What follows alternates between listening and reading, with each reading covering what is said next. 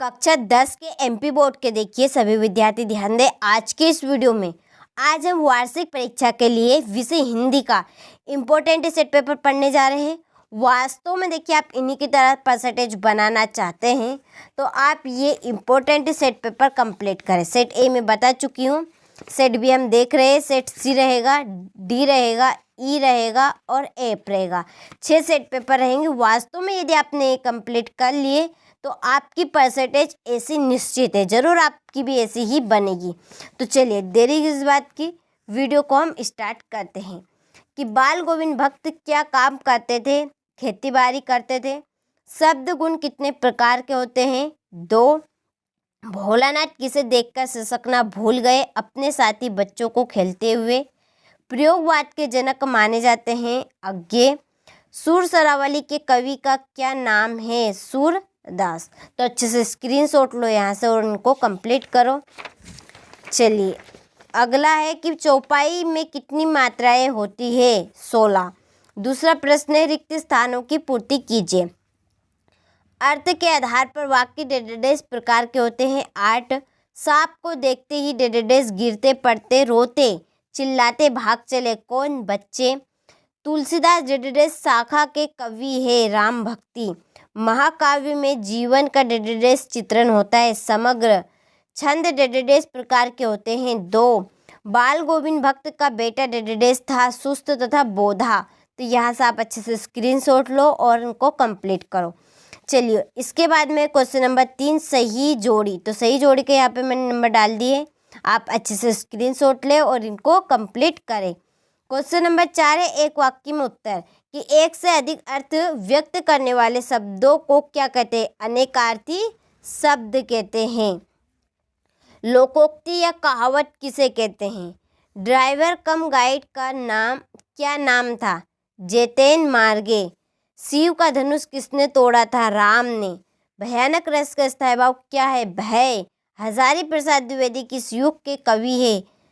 छायावाद के कवि है। तो स्क्रीनशॉट ले यहाँ से और इनको कंप्लीट करें। चलिए अगला प्रश्न है सत्य और सत्य कि राम पढ़ता है, प्रश्नवाचक वाक्य है, यह असत्य। सारे देश में आस्था है, अंधविश्वास एक से नहीं है, असत्य। हिरोशिमा में परमाणु बम गिरा था, सत्य।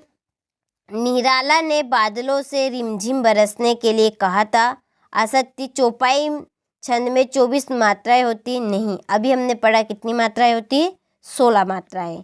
बाल गोविंद भक्त गृहस्थ नहीं थे, तो यह सत्य। तो स्क्रीनशॉट ले और अच्छे से कंप्लीट करें। चलिए इसके बाद में क्वेश्चन नंबर 6। तो चलिए यहाँ से हम प्रश्न क्रमांक 6 से पूरा सॉल्यूशन देखते हैं।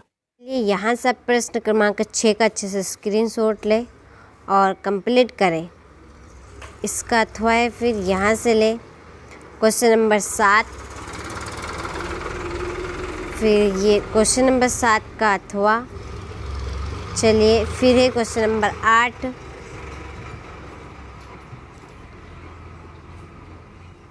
अगला प्रश्न है क्वेश्चन नंबर 9, इसका स्क्रीनशॉट ले, ये अथवा। ये है क्वेश्चन नंबर 10, चलिए ले अच्छे से इसका स्क्रीनशॉट, फिर ये उसका अथवा। क्वेश्चन नंबर 11, इसके बाद में उसका अथवा। रीतिकाल के 2 कवियों के नाम और उनकी रचनाएं। मंगलेश डबराल का रचना है, उनकी काव्यगत विशेषताएं। भाव पक्ष, कला पक्ष, छंद अलंकार, साहित्य में स्थान।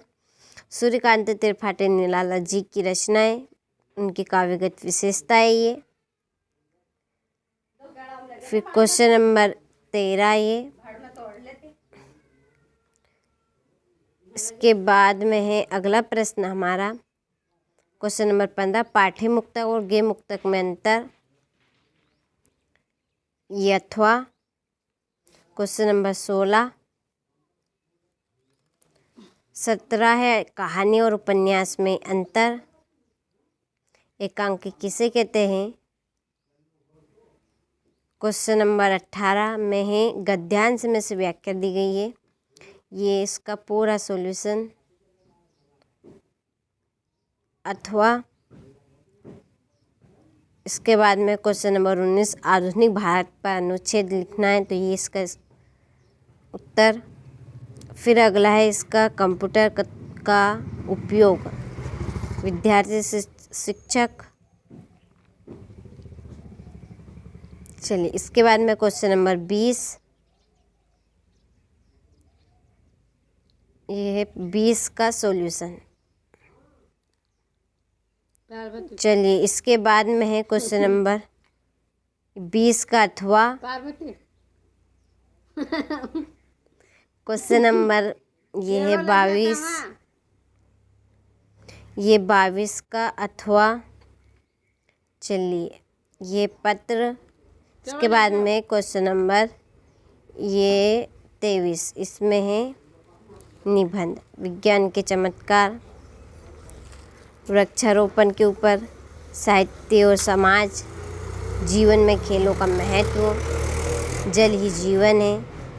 और ये क्वेश्चन नंबर 23, ये इसके प्रश्न हैं, स्क्रीनशॉट ले उत्तर है आपके। ये है उसका अथवा और ये तो आपने हर एक प्रश्न का अच्छे से स्क्रीनशॉट लिया होगा। तो चलिए अब आपसे मिलते हैं हम अगले वीडियो में।